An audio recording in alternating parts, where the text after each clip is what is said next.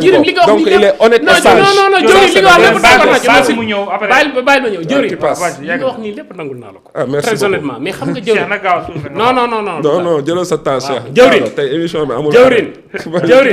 rawal. Jawrin waaw jël gaa yi quoi. xoolal Jawrin non s'il vous plaît. sama temps de parole la. waaw. dagg ko na micro bi nga jox ko ma wax ndax sama temps de parole la. Dégg donc may dem ni ñu demoon Pape Djibril waaw nañ dem Jawrin Jëlal, c'est merci. extrêmement intéressant. Ah. Vous saviez, c'est ce que a besoin le Sénégal, le débat. Il faut que les gens aient les capacités Oui. de rentrer dans un Oui. débat. Oui. Xam nga réew mi damay dégg ñu naan dañoo soxla débat d'idées. Débat d'idées am na ci réew mi idées yi ñoo baaxul. Réew mi li mu soxla mooy débat contradictoire mooy li ñu nekk di def nii. Nga am capacité wu dëgg ba ma am capacité wu dëgg la. Li nga defal ay loges. Des éloges ci Ousmane Sonko. Man nangul naa ko. Mais xam nga àdduna nit lu muy topp différentes informations yi muy am ci biir boppam. mooy définir ni muy appréhender li muy topp. yow maag yow mën nañoo bañ a bokk. ni ñuy toppee jëmm ji. mën nañoo bañ a bokk ni ñuy toppee parcours. comme li nga nekk tailleur complet góor man ma nekk tailleur complet jigéen. jigéen exactement laay nawa. yow jëwrin yow peut-être xam naa yaa ma mag sûrement. non magu ma la damaa weex rek problème yi bari. waaw mais man ak yow peut-être man ak yow ak ñeneen ñoo xam ni ñoo la mag peut-être di soutenir Ousmane Sonko di soutenir projet am ci ñoom yaakaar. jàpp naa ni du gis-gis bu sell. maanaam pour man ñuy daw seeni responsabilité la parce que man ak yow peut-être mën naa am nañ 50 ans. mais pendant suñu 50 ans. cela nous a pas empêché d'avoir un pays parmi les pays les plus pauvres du monde. ak li ñu fi lim li et les pays les plus riches. waaw déglu rek. et les pays les plus riches en même temps. déglu ma damay ñëw ci jëmm ji ngay defal des éloges. man Ousmane Sonko. ci réew mi la juddoo. fii la yaroo. fii la jàng bi mu tollee ci jàng. fii la dem jàng ci école sénégalaise yi. même bu daan dox 50 kilomètres di ñëw di taal sondel. bénéficier na ce qu'on appelle l'éducation nationale. réew mi def na ci moom li ñuy wooyee un investissement humain. dëgg la bu waree faju hôpitaux yi ñoo koy faj. bu mu tollee ci dem université. dugg na ci université bi. bi mu génnee université. ñu dugal ko ci benn cadre bu ñuy wooyee le cadre des privilégiés. muy ENA. jaaroo fa jaaruma fa ñi jaaruñu fa. non duggaluñ ko fa de dafa jàng. ba dugg fa waaw mais Sénégal mi ko xoolal mi ko jàngal Sénégal mi ko jàngal faj ko moo ko permettre mu dugg fa waa déglu rek. teg ci mérite yow duggoo fa man dégguma ko avec mérite. waaw dégg man damaa xam dara du ko jàngal. bi mu duggee ENA. génn ñu ne ko yow bokk nga ci ñi war a jiite. waaw. yow amoo ko amoo ko. mu avec dem mérite. liggéey pendant 15 ans effectivement nee na liggéey na pendant 15 ans mos a sàcc dara ci biir réew mi.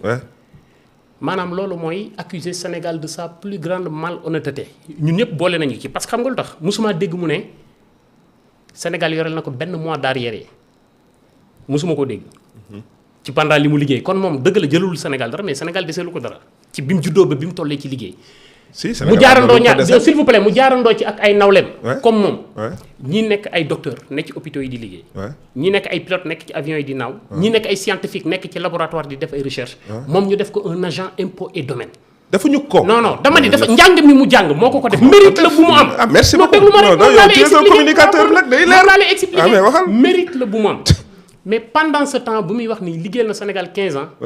mësta jël lu mu waxul waaw mais am na lu mu waxul. lan la waxul mais boobu mu ngi ak ay bori banque ay bor yu mu yoreel ay banque foofu nag waaw bàyyi ma ñëw bàyyi ma non bu ma dagg bàyyi rek.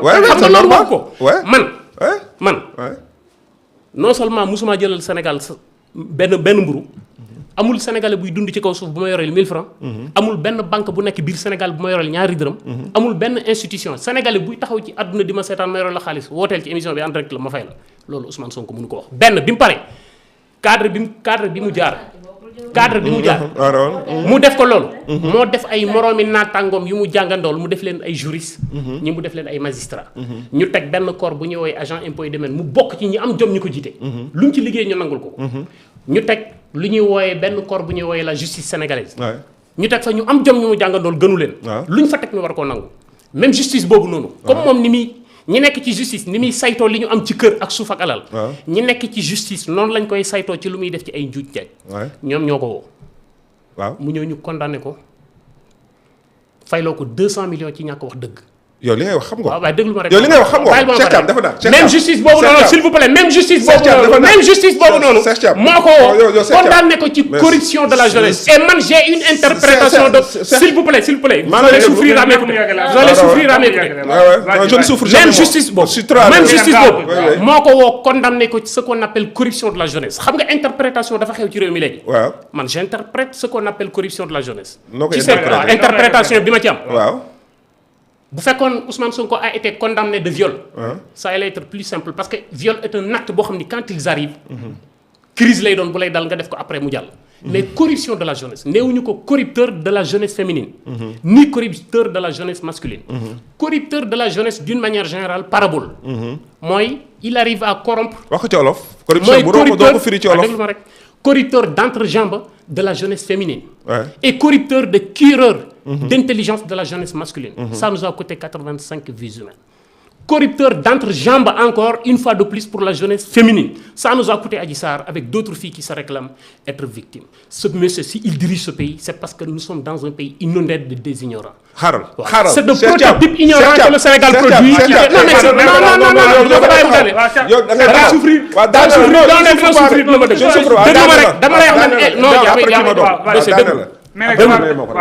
déglu rek. aywa rawal. dama ne. continuer. déglu baax li ma lay wax. moom dafa defal ay éloge Ousmane Sonko. évidemment Ousmane Sonko est un grand monsieur. dégg naa ko muy réclamer wu Mamadou Dia. tu ne peux pas affirmer une chose et son non contraire. continue non continue yow continue waxal rek sa expo. waaw déglu continue. Ousmane Sonko se réclame Mamadou Dia. Ousmane Sonko se réclame. il ne se réclame de personne. non moom c'est moi qui a dit may daal. c'est moi qui a dit may dagg. naa la dagg parce que d'accord yow yaa ko. man maa ko Ousmane Sonko mooy Mamadou Dia. Ouais. wala moo ko bëgg a doon mooy Thomas Sankara. Ouais. ndax moo ko bëgg a doon moo doon bëgg a doon Omar Blondin Diop. moo ko bëgg a doon moo bëgg a doon Thomas Sankara. wala Patrice Lumumba Kwame Nkrumah wala Nelson Mandela. malheureusement xam nga lan mooy seen différence. Nelson Mandela bu ñu koy tudd tey lan la ñuy tudd parce que il a fait 27 ans d'emprisonnement. mën nañ ko tudd Mandela bu taxoon tey ngay xool image. di xool Mandela prison rek la sa xel di dem. tey la nit ku ñuul gën a ñàkk jàmm biir Afrique du Sud. apartheid mu ngi am ba tey sur terme du racisme. c'est pas vrai.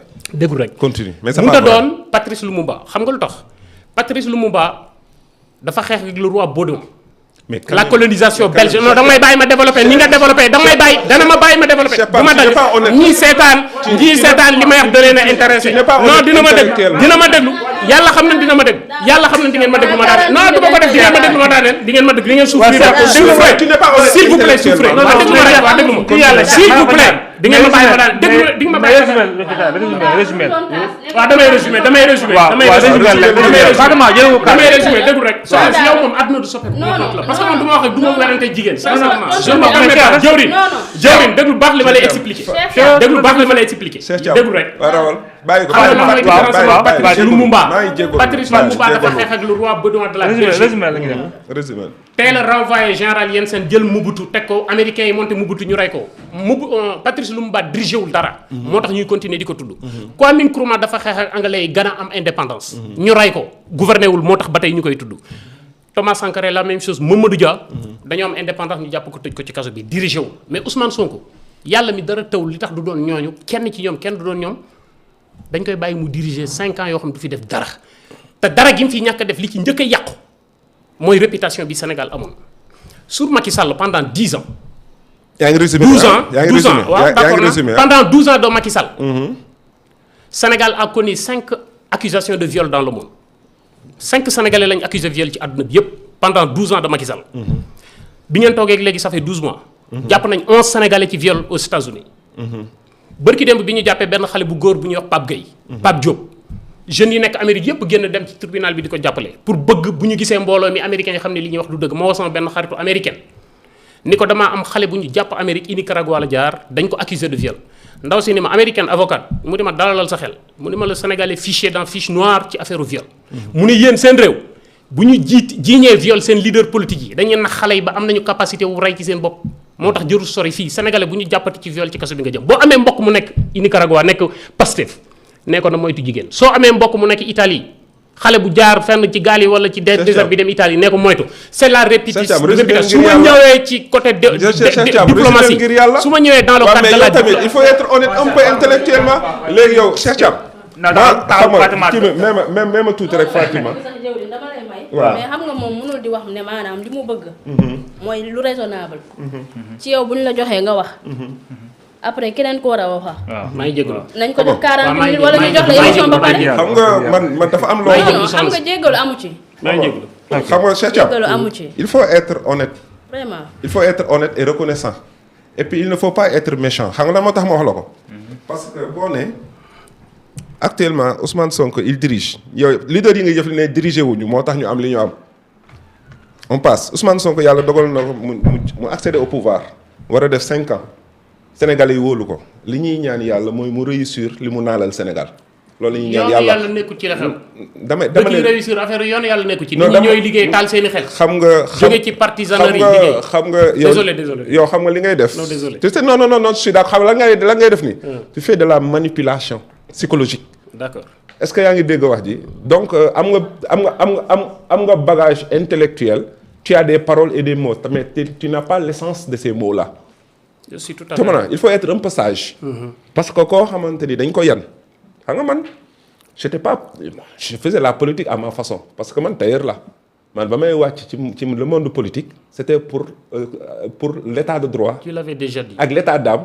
ak le droit des artisans. Parce que en tant que tailleur je ne pouvais pas comprendre Sénégal nekk pays producteur de coton te amul industrie de textile. Sénégal li fi dee ci ay naga ki béyee ki xar ba léegi mënuñu defar der ñuy jënd der. je suis d'accord. Sénégal nekk un pays de producteur d'or sunu tëgg yi amuñu or ba ñuy indi or dañuy dem Dubaï. là ça devient intéressant. est-ce que yaa ngi dégg wax ji ainsi de suite en tant qu'artisan. c'est ça qui doit être le débat. man bu ma doon être un chroniqueur. da ko doon accepter dama koy accepter sur l'artisanat yi nga xam mooy sama métier moom laa xam.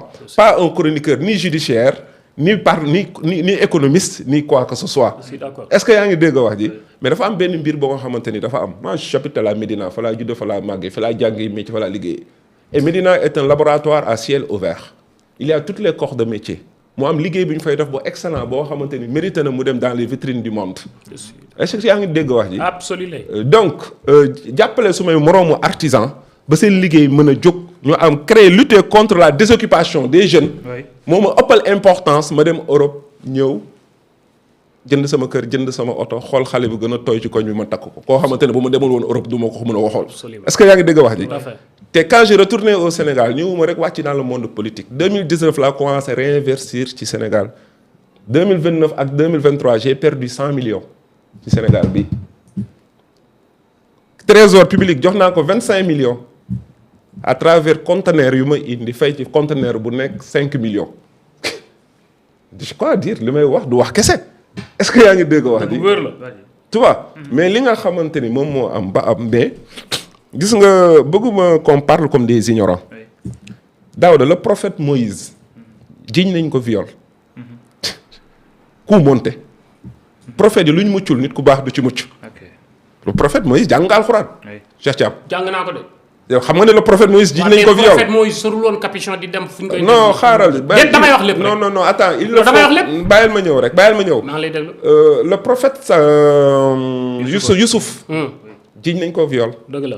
jàng nga ko ci alxuraan suratul Youssouf jàng nga ko biñ nañ ko viol te ki ko viol te patron jabaru patron jabaru kii woom ki ko jënd borom moo ko piégé dugal ko ci appartement privé am bëgg ko violé Youssouf di daw mu kii ba yëre bi xottee ko embuscade dañu pa ki ko moom di dugg si àndax ki mu àndal ñu dugg si ndaw si changé kii version bi daal di ne borom këram lan ngay xam ci sa surga buy violé sa jabar pexe jigéen. comprendre nga Youssouf ne déedéet weddi boobu ki mu àndal moo ko sauvé mu ne xoolal yëre Youssouf bu fekkee ne ci ginnaaw la xottee ko ndaw see ko doon sàkku bu dee ci kanam la xottee ko moom moo doon sàkku ndaw si ñu xool yëre yi mi ngi xottee ko ci ginnaaw foofu la ko waaye jëkkër ji daal di ne la ruse des femmes est tellement est-ce que yaa ngi dégg wax ji am na loo xam ne nit ku baax ku nekk mënu ci mucc jàngal xam il ne faut pas être hypocrite et kii là parce que àdduna dafa am loo xamante ni dafa am yow tu sais que la corruption le crime a été dénoncé avant la création de l'homme sur terre tu vois et la corruption est dans tous les niveaux il est dans le niveau politique politico-religieux. Surtout corruption de la jeunesse. Non dama leen loolu attends quand on parle de corruption tout court. Mais celle-ci m'intéresse. Corruption xam nga yow loolu ñu wax noonu depuis temps Socrate ça n'existe plus kenn mësu ko dóor kenn loolu ñu wax juge bi def noonu corruption de la jeunesse boobu depuis Socrate kenn mësu ko accuser kenn dofoo dina jàppaloo xam nga li ma lay wax. est-ce que yaa ngi dégg wax ji ñoom ñoo ko créé parce que seen objectif moo doon détourné yow comment ça fait-il que yow nga ne dañ laa nu mu tuddati dañ laa violé mais bu ñu la violé te loolu ñaata yoon maa ngi koy wax ci plateau yéen mun leen bàyyi loolu ñaata yow bu ñu la violé boo demee gendarmerie ne dañ maa violé mais gendarme bi ngay déposé plainte bi du ubbi sa taat xool ndax dañ ciy dugal dara wala déet lan lay def mais day dem ñoom am nañ docteur gynécologue xam naa la ce con là xamul sax ni gynécologue docteur la keroog maa ngi koy wax ci télé ma déedéet est-ce que yaa ngi dégg wax ji il ne faut pas que ngeen jël micro yi di koy teg les ignorants yoo xamante ne xamuñu sax nu mu faral nu yow bu ñu ko yóbboo gendarmerie yi bu ñu demee ci gynécologue bi mooy xool ne xam ne fii ndax am na te viol rek sax dépassé le viol mën na bañ a am sax pénétration tentation am na comprendre nga gis nañ fi ñun ñëpp tentation accusation maître El Hadj Diouf bi au niveau de Paris fekk nañu fii comprendre nga boo caleçon yi bañ ko tegee soxna si ñu doon violé xammee na caleçon bi nga xamante ni moom moo ko doon kii est-ce que yaa ngi dégg wax ji il ne faut pas que ngeen di dox suñu xel ci yooyu bu fekkee ni. non yow yaa ko fi indi waat justice la dama la waxu justice la waxuma la waxu Adji Sarr waxuma la waxu Sonko waxu justice la dama la si il y a des juges qui sont corrompus qui ne rendent pas la justice non attends dama lay wax si il y a des juges qui sont corrompus qui ne sont pas équitables tu as le droit de résister de dire non. est-ce que yaa ngi dégg wax yàlla fu mu waxee justice li mu ciy teg mooy équitable yow jàng nga alxuraan bu dee doon naa fex xam nga ne yàlla fu mu waxee juge équitable la ciy wax te nee na dëkk bu baaxee mooy juge yu am équitabilité ñoo fa nekk ak njiiti jub yow xam nga loolu jàng nga ko comprends nga duñ fi nekk nag ba léegi depuis le colon ñëw les colonisateurs blancs di ñu exploiter ba jóge fi les colonisateurs noirs ñëw continuer di ñu exploiter jeunesse bi jóg ngir changer affaire bi. ban jeunesse sénégalais bi tey. On a été des martyrs on a révolutionné pour jëlee fi ces despotes de Macky Sall la lan mooy martyr mooy les 81 morts yi nga xamante ni ñoom ñoo jóg daal ne Macky Sall doo ko fi amee 3e mandat. déedéet est-ce que yaa ngi dégg 81 morts dañoo jóg parce que benn waay moom moo dem seeti benn xale bu jigéen ñu jiñ ko fa mu ne leen déglu leen ma pour ngeen ñëw défendre ma ñëw leen joxe seen bopp waaye bu leen fontoo nit ñi waaye bu leen fontoo nit ñi il faut passer à autre chose Cheikh Thiam yow yaa war a passer autre chose yow yaa war a passer autre chose xam nga lan moo am Sénégal jeunesse bi nelawuñu on vous comprend très bien. Non. C'est l'ignorance qui vous amène au pouvoir. D'accord. Il faut éradiquer cette ignorance. D'accord xam nga lan mooy wax ji ba nekk wax ji est-ce que lan mooy wax ji ba nekk instant suñu tey démb les 3 procureurs ils sont sortis avant-hier wax fi ñu toll ci dëkk bi ci kii contre l'argent du peuple ni ñu ko dilapidé. jàpp leen ñëpp tëj. loolu du yoon xaalisu réew mi képp non attends non fais attention. mais il faut mu daane non fais attention. non bàyyi ma ñëw les 3. dañ ko àtte. ne Ousmane Sonko toppeetuñ ko viol. indi corruption à la jeunesse. loolu rek moo tax wax ñu mën a jàll daaw rek ñu mën a au-delà de cela cette fille là xam nga la ñu war a lijjanti. kan moo ko lijjantil passeport. génnee ko dëkk bi. comprendre nga. ñan ñooy quels sont les vautours qui étaient autour d'elle di manipuler kii bi di lekk ci keesu état bi. ce fameux conducteur là un détournement kii Mame Mbaye Niang la nga xamante ni daw na bu yàgg daw yu njëkk loolu entre yéen la entre yéen Sénégal entre ñoom Sénégal yow ça ne m'intéresse pas yow ça ne m'intéresse pas foo nekkoon ci àdduna bi yow xam nga foo nekkoon ci àdduna bi xel si doon ne cëpp ci langue bi ngay jéem a soppi Sénégal jéem a dox suñu xel jaajëf Daouda waaw ñu wàcce